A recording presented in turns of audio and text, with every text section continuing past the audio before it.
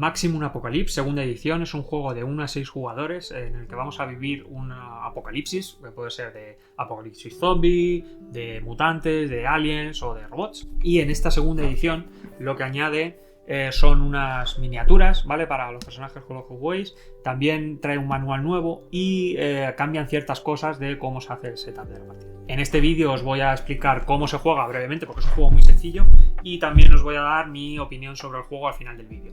Desde aquí quiero dar las gracias a Rock Manor Games, por la editorial, por haberme mandado este juego para que os pueda hacer esta reseña. Lo primero que vamos a hacer es escoger uno de los 6 personajes. Por ejemplo, la cazadora, pues cada uno tiene 2 variantes diferentes, ¿vale? En el personaje lo que te viene es la vida que vamos a tener. En este caso voy a jugar con la cazadora. Tenemos 24 de vida, el nivel de sigilo que tiene y una habilidad única que tiene cada personaje. Luego cada personaje pues tiene su baraja propia, con las acciones, con cartas únicas de cada personaje. Cogemos el dial de vida, ¿vale? Y lo seleccionamos con la vida que tenemos aquí. Y cogemos un dado y lo ponemos en uno de los dados pequeñitos, que va a ser el dado de hambre. El juego es muy fácil de llevar varios personajes y así aprovechar sus sinergias, ¿vale? Entre cada uno. O puedes jugar con uno solo a cambio de tener más espacio para el equipo, mayor límite de cartas en la mano que tengas y prácticamente eliminar cualquier regla de rango que haya, ya que siempre vas a estar en rango de cualquier monstruo que salga. Cogemos 4 cartas de nuestras cartas de supervivientes, que es nuestro mazo de aquí, y con esto ya teníamos preparado nuestro personaje. En el juego te viene un libro de misiones, ¿vale? Que tiene, como digo, 12 escenarios, empezando por misión 0, que es el tutorial, donde te viene básicamente el setup de la misión que tenemos, las losetas que tendremos que coger para formar el mapa que tenemos. Este mapa me lo acabo de inventar, no es el del tutorial, ¿vale? Pero bueno, aquí os viene como una sugerencia de lo que podemos poner, aunque también dicen que las podemos poner en el orden que queramos en el mapa, no tenemos que seguir lo que te viene aquí. Como digo, hay 4 apocalipsis distintos en 12 misiones, así que jugamos 3 misiones por cada uno. Primero los zombies, luego los mutantes, luego los aliens y luego los robots, aunque se pueden jugar por separado si queréis. También en el mapa te dirá si una loseta tiene dónde poner unos objetivos, ¿vale? Que son estas fichas de aquí, que te vienen marcado pues si es el objetivo A, el objetivo B o el objetivo C. Y os explican en los objetivos para qué tenéis que ir allí y qué tenéis que hacer allí una vez lleguéis. También te explica qué cartas de monstruo tienes que tener, ¿vale? Por ejemplo, si te dice todas las cartas del mazo de los zombies, pues metes toda la caza, los mazos del zombies, o si tienes que incluir algún boss o lo que sea. Y por último también hay que preparar los mazos de recursos, ¿vale? Los llamo yo, de scavenge, que son de 3 colores distintos, ¿vale? Por un lado tenemos el rojo, que suele haber gasolina, pero entre otras cosas. También tenemos el verde, que también hay comida, aunque también se puede conseguir comida en otros sitios, ¿vale? En otros mazos. Y el azul suele tener munición o equipo. Cada misión te dirá qué objetivos tienes que cumplir, que suele ser básicamente ir a tal loseta, luego a lo mejor irte a otra loseta y luego acabar volviendo a la loseta principal, la loseta inicial, que suele ser la de la caravana, con al menos uno de gasolina que hayas conseguido rapiñar por ahí para poder arrancar la furgoneta y pillarte. El turno de juego es muy sencillo y muy rápido, ¿vale? Empezamos normalmente en la caravana, vamos a empezar con estas figuras, ¿vale? Que están bastante chulas. Y bueno, lo primero que tenemos que hacer es ver si dónde aparecen los monstruos. Lanzamos estos 2 dados, ¿vale? Y con la suma, en este caso sería 4, vemos cada loseta en este icono de aquí si tienen ese 4. En este caso esto es un 6, así es que aquí no aparece ninguno. Pero si apareciera en otro, lo que haríamos es poner una ficha de monstruo, ¿vale? Ponemos las fichas de monstruo encima de la loseta que saliera, ¿vale? Esta no está descubierta, pero si hubiera aquí un 4, pues la descubriría. Lo siguiente que tendremos que hacer es robar una de las cartas de supervivientes y añadirlas a nuestra mano. Nuestra mano tiene un máximo de 10 cartas y si en algún momento tu baraja está vacía y tienes que robar una carta de aquí, quedas eliminado. Luego viene la fase de acciones, que tienes 4 a elegir entre estos diferentes tipos de acciones, ¿vale? Puedes moverte a una casilla adyacente, por ejemplo este se puede mover aquí, que está adyacente, pero no se puede mover en diagonal. La descubres y algunas losetas te vienen aquí con un texto de qué pasa cuando se revelan o si tienes que hacer alguna prueba. En el caso de que te hayas movido a una loseta donde hubiera una ficha de monstruo, lo que vas a hacer es quitar la ficha de monstruo y robar una carta de las de monstruo y adjuntarlas al lado de tu ficha de personaje. Pero si cuando lo has descubierto la loseta no tenías ningún monstruo contigo ya adjunto de antemano, puedes intentar hacer una prueba de sigilo, que es lanzar los 2 dados, ¿vale? Y si el resultado es menor a tu capacidad de sigilo que venía aquí en la carta de personaje, ¿vale? En este caso 9, menos el número este no estaría, ¿vale? Menos el número de tokens de monstruo que hubiera en esta loseta, pues en este caso, por ejemplo, sería un 1, entonces conseguiríamos entrar sin que nos vieran. En este caso, 9 menos 1 es 8, así es que esto sería 8 también, pues como es igual o menor, podemos pasar sin que nos vean. Así es que se deja la ficha del monstruo aquí y nosotros podemos hacer nuestras cosas sin que nos vean. Otra acción que puedes hacer es robar una carta más de superviviente o rebuscar en la loseta que estamos. En este caso, en esta loseta no se puede rebuscar nada porque no tiene un símbolo de color rojo, verde o azul aquí, ¿vale? En el río este, pero en esta gasolinera pues sí hay uno de color rojo. Entonces, si nos moviéramos aquí, podríamos robar una carta del mazo rojo, que normalmente pues suelen ser, pues esta, por ejemplo, nos da más un espacio más para equiparnos cosas en nuestro equipo, que como digo, máximo son 4. Así es que bueno, de momento te lo dejas en la mano y luego ya podrás bajarla. Esta acción de rebuscar recursos solo se puede hacer una vez por turno, ¿vale?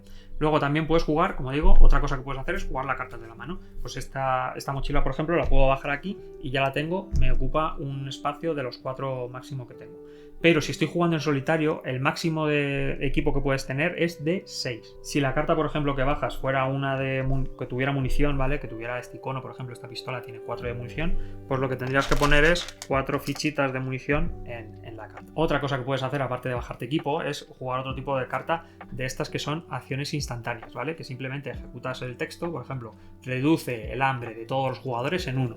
Pues si esto estuviera en 4, por ejemplo, pues lo bajaríamos a 3. Y una vez que gastas esta carta, las cartas de acciones instantáneas se descartan. Y el último tipo de acción que tienes es usar una carta de equipo que ya tengas equipada. Por ejemplo, si tienen cargas, en plan, si quisiera atacar con esta pistola, descartaría una munición y ejecutaría el texto aquí, que pone haz 2 de daños al objetivo. Tienes que tener también en cuenta el rango, ¿vale? Aquí pone mid-range, puede ser rango corto, que afecta a las unidades en tu misma loseta. Si es medio, afecta a las unidades en las losetas adyacentes, pero no diagonal. Y si es largo, afecta hasta unidades hasta 2 casillas de distancia. La mayoría de las cartas de equipo son para hacer daño a los monstruos.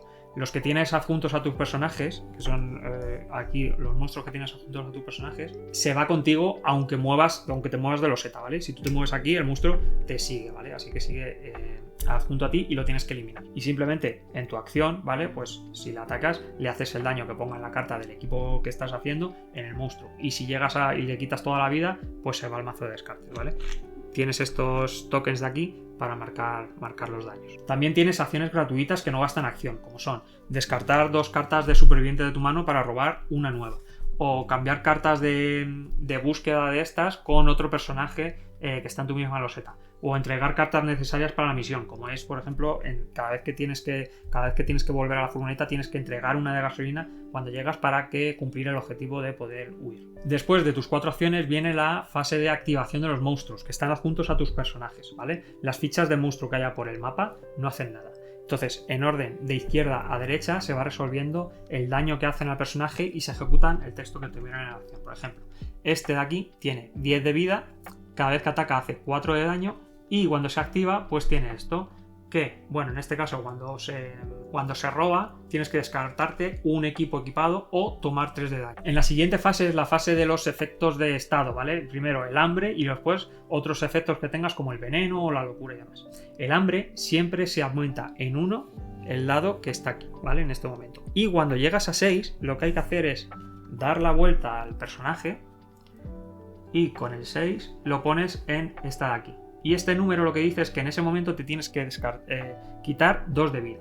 Si en el siguiente turno llega a esta fase y no has comido nada, se va a ir moviendo por este track hacia abajo. Así es que en el segundo turno te va a hacer 4 de daño, 6, 8 y si no has muerto todavía, si llegas aquí, pues mueres.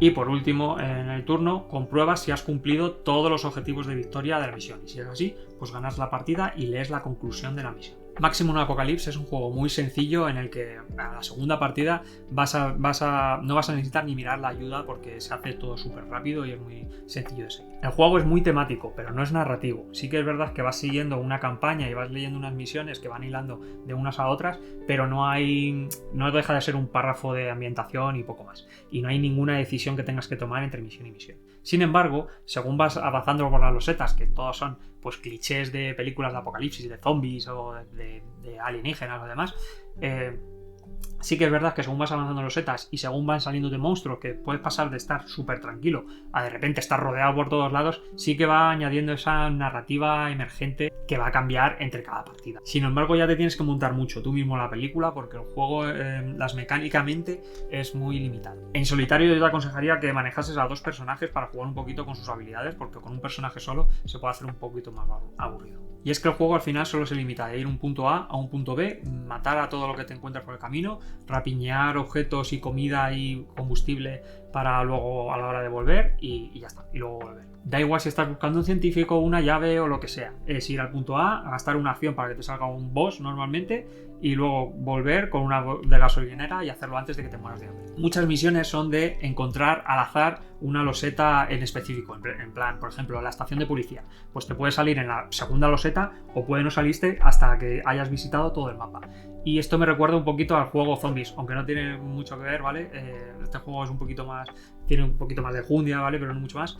Pero sí que me recuerda a eso, de que la partida te puede durar 10 minutos o 2 horas. El setup del mapa, como digo, es una sugerencia de lo que te dan, porque realmente da igual cómo lo coloques. Salvo que te pongas un camino único por el que solo puedas ir por allí, no tiene sentido colocarlo de una manera o de otra, ¿vale? Ya lo que te quieras complicar. Me gusta que cada personaje es único, ¿vale? No solo por la acción que tiene cada personaje de acción, ¿vale? Aquí, sino porque las cartas que tienen en su mazo de supervivientes son totalmente distintas. Entonces cada uno se especializa un poco en cada cosa. Por ejemplo, la cazadora creo que es buena explorando los setas sin que te salten las trampas, que algunas te saltan cuando entras. Hay otro que se especializa en atacar a enemigos a distancia, otro que bueno a melee, ¿vale? Es decir, a matar enemigos que están ahí. Entonces cada uno sí que es verdad que tiene sus cosas con las que ayudar en la partida, pero sin embargo cualquier personaje puedes jugarlo en solitario con un solo personaje y puedes salir airoso. El juego también añade la opción de meter cartas de aliados, ¿vale? Por ejemplo, esta de aquí la puedes meter, es un aliado, ¿vale? La puedes meter entre las cartas de enemigos para que no sea tan, para que no siempre te salgan cosas malas, ¿vale? No siempre te salga un enemigo cuando sale el lado de lanzar enemigos. Sin embargo, yo nunca las he usado porque ya me parecía un poco fácil el juego en sí. Que no significa que ganase todas las partidas, aunque sí la mayoría, ¿vale? Pero depende totalmente del azar. Al final, por ejemplo, en una partida llegué a un objetivo que me llegué con todas las acciones posibles, cargado hasta los dientes de armas porque sabía que me iba a salir un boss, entonces me metí y tuve la mala suerte de que la loseta te sacaba un monstruo al revelarse. Luego salía el boss por haberme metido ahí. Y al turno siguiente me salió otro enemigo justo en esa loseta al lanzar los dados. Entonces me junté con 3 enemigos de repente y yo solo era un personaje, así es que no pude hacer nada y me mataron. Es que el combate es totalmente determinista, es decir, no influye el azar para nada. En este sentido prefiero, por ejemplo, el zombicide, ¿vale? Que tienes cierta emoción al lanzar los dados. Aquí, antes de empezar a pelear, o si se sale un zombie, sabes si le vas a ganar o no, o cuántos turnos vas a tardar en cargártelo, ¿vale? Dependiendo de las armas que tengas y tal. Y no sé, prefiero esta emoción de lanzar los dados y ver qué va a pasar que este combate que tampoco requiere una estrategia ni nada. Y además que los zombies ni los ves aparecer, de repente te salen y ya está, ¿vale? En el zombicide por lo menos le ves que se va acercando. Lo mejor del juego es la mecánica del hambre, ¿vale? Sí que es verdad que cada turno vas moviéndote y es lo que impide que no te dediques a rapeñear armas hasta que tengas la que quieres ni nada, porque el hambre va aumentando y también tienes que ir buscando comida para poder aguantar más tiempo en el escenario. El setup la verdad es que es bastante rápido de montar, se agradece que sea así para un juego tan ligero, porque la verdad es que si te apetece un juego en el que no te tengas que esforzar mucho y demás y pasar una aventura rápida, este juego está muy bien, pero a mí para jugarlo en solitario sí que es verdad que le falta atractivo para elegirlo frente a otras opciones, porque es que una vez que lo has jugado un par de veces, la verdad es que lo has visto todo. Que sin querer compararlo, por ejemplo, con el jugarte un solitario de naipes normales, ¿vale? Tengo la sensación de que la sensación es la misma, ¿vale? Aquí tienes algo más de gestión de mano, ¿vale? Que en un solitario, ¿vale? Pero al final es jugar a ver si el azar está contigo hoy o no, ¿vale? El resultado no lo vas a decidir tú. Y es que lo que pasa entre medias tampoco es súper atrayente, ¿vale? Es bastante intrascendente. Y a lo mejor, bueno, cualquier juego mejora cuando lo juegas con gente, ¿vale? Pero este, por ejemplo, yo creo que cubre un nicho de, en vez de jugar al Carcassonne, ¿vale? Pues juegas, la gente quiere jugar a lo mejor a un cooperativo, pues cubre un poco ese nicho. Que aunque tiene más gestión de mano que el Carcassonne, ¿vale? Sí que es verdad que si quieres algo más complejo te puedes llevar una excepción. Pero bueno, hasta aquí la reseña de hoy. Suscríbete y dale a la campanita si quieres recibir notificaciones de cuando lance un nuevo vídeo. Dale a like y déjame en tus comentarios qué te parece a ti este juego. Y nada más, nos vemos en el siguiente vídeo. Hasta luego.